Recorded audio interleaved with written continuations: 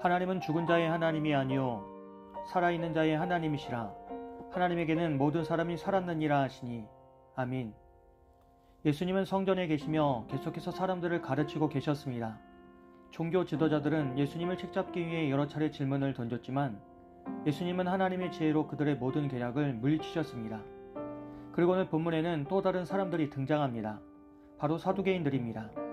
사두개인들은 당시 제사장 계층을 중심으로 형성된 종교 지도자들이었습니다. 그들은 성전 제사와 관련된 권한을 가지고 있었고 사회적으로도 상당한 부와 권력을 누리던 사람들이었습니다. 그들은 모세오경만을 가장 권위 있는 성경으로 받아들였으며 천사나 영의 존재, 죽은 자의 부활은 인정하지 않았습니다.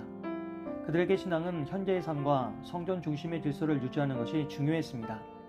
그래서 하나님께서 장차 죽은 자를 다시 살리신다는 믿음은 그들에게 받아들여지지 않았습니다. 그 사두개인들이 예수님을 찾아왔습니다. 하지만 그들은 진리를 배우기에 찾아온 것이 아니었습니다. 앞에서 바리새인들과 서기관들이 세금 문제로 예수님을 시험했던 것처럼 이번에는 그들이 부활 문제를 가지고 예수님을 곤란하게 만들려고 했습니다.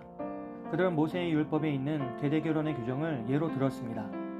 계대결혼은 형이 자녀 없이 죽으면 동생이 형수를 아내로 맞아 형의 가문을 이어가도록 하는 제도입니다.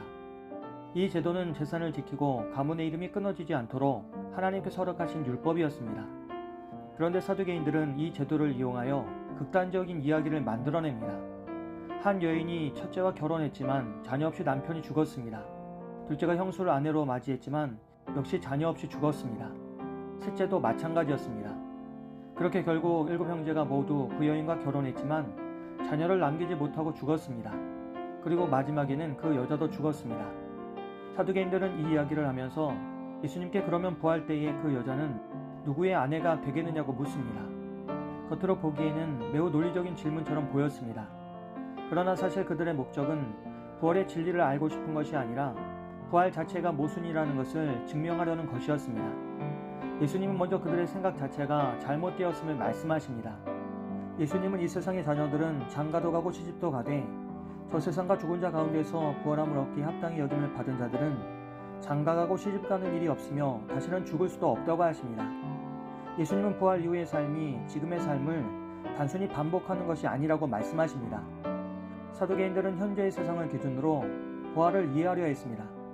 그러나 하나님께서 준비하신 새 생명은 지금의 질서와는 전혀 다른 차원의 삶입니다. 부활은 단순히 지금의 몸으로 다시 살아나는 것이 아닙니다.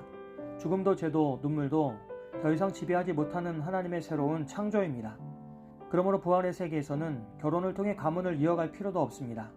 더 이상 죽음이 없기 때문입니다. 그리고 예수님은 이어서 사두개인들이 가장 권위 있게 여기는 모세오경을 통해 부활을 증명하십니다. 모세가 떨기나무 앞에서 하나님을 만났을 때 하나님은 나는 아브라함의 하나님이요 이삭의 하나님이요 야곱의 하나님이라고 말씀하셨습니다. 예수님은 이 말씀에 주목하십니다. 하나님은 나는 아브라함의 하나님이었다고 과거형으로 말씀하지 않으셨습니다. 나는 아브라함의 하나님이라고 현재형으로 말씀하셨습니다. 당시 아브라함과 이삭과 야곱은 이미 오래전에 세상을 떠난 사람들이었습니다. 그런데도 하나님께서는 여전히 그들의 하나님이라고 말씀하십니다. 왜 그렇습니까? 예수님은 하나님은 죽은 자의 하나님이 아니고 살아있는 자의 하나님이라고 답하십니다. 하나님께는 모든 사람이 살아있습니다. 사람은 죽음을 마지막이라고 생각하지만 하나님께는 죽음도 하나의 과정일 뿐입니다. 그래서 성도는 죽음을 두려움의 끝으로 보지 않습니다. 예수 그리스도의 부활이 우리의 부활을 보증하기 때문입니다.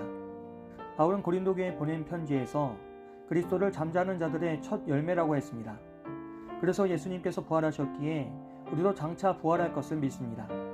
이 믿음은 단순히 미래의 희망만이 아닙니다. 부활신앙은 오늘을 살아가는 우리의 삶도 바꿔놓습니다.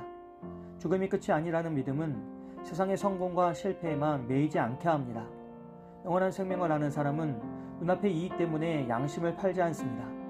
잠시 손해를 보더라도 하나님께 충성하는 길을 선택할 수 있습니다. 우리가 고난 속에서도 소망을 잃지 않은 이유도 바로 여기에 있습니다. 우리는 살아계신 하나님을 믿기 때문입니다. 사람들은 죽음이 모든 것을 끝낸다고 생각합니다. 그래서 삶의 의미를 현재의 성공과 행복에서만 찾으려 합니다. 그러나 성도는 오늘의 삶만을 위해 살아가지 않습니다. 우리는 영원을 바라보며 오늘을 살아갑니다. 그래서 지금 흘리는 눈물도 헛되지 않고 지금 드리는 예배도 헛되지 않으며 지금의 순종도 결코 헛되지 않습니다. 살아계신 하나님은 우리의 삶을 기억하시고 마지막 날에 우리를 새 생명으로 일으키실 것입니다.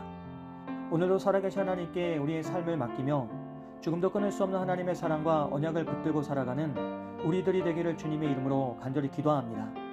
지금도 살아 역사하신 하나님, 우리가 죽음보다 크신 하나님의 능력을 믿습니다. 우리가 부활의 소망을 품고 오늘의 삶을 충성되게 살아갈 수 있도록 도와주시옵시고 우리에게 눈앞의 현실보다 영원을 바라보는 믿음을 허락하여 주시옵소서. 그래서 어떤 상황에서도 하나님의 언약을 신뢰하며 담대히 살아갈 수 있도록 성령님 우리와 함께 해 주시옵소서. 예수님의 이름으로 기도합니다. 아멘.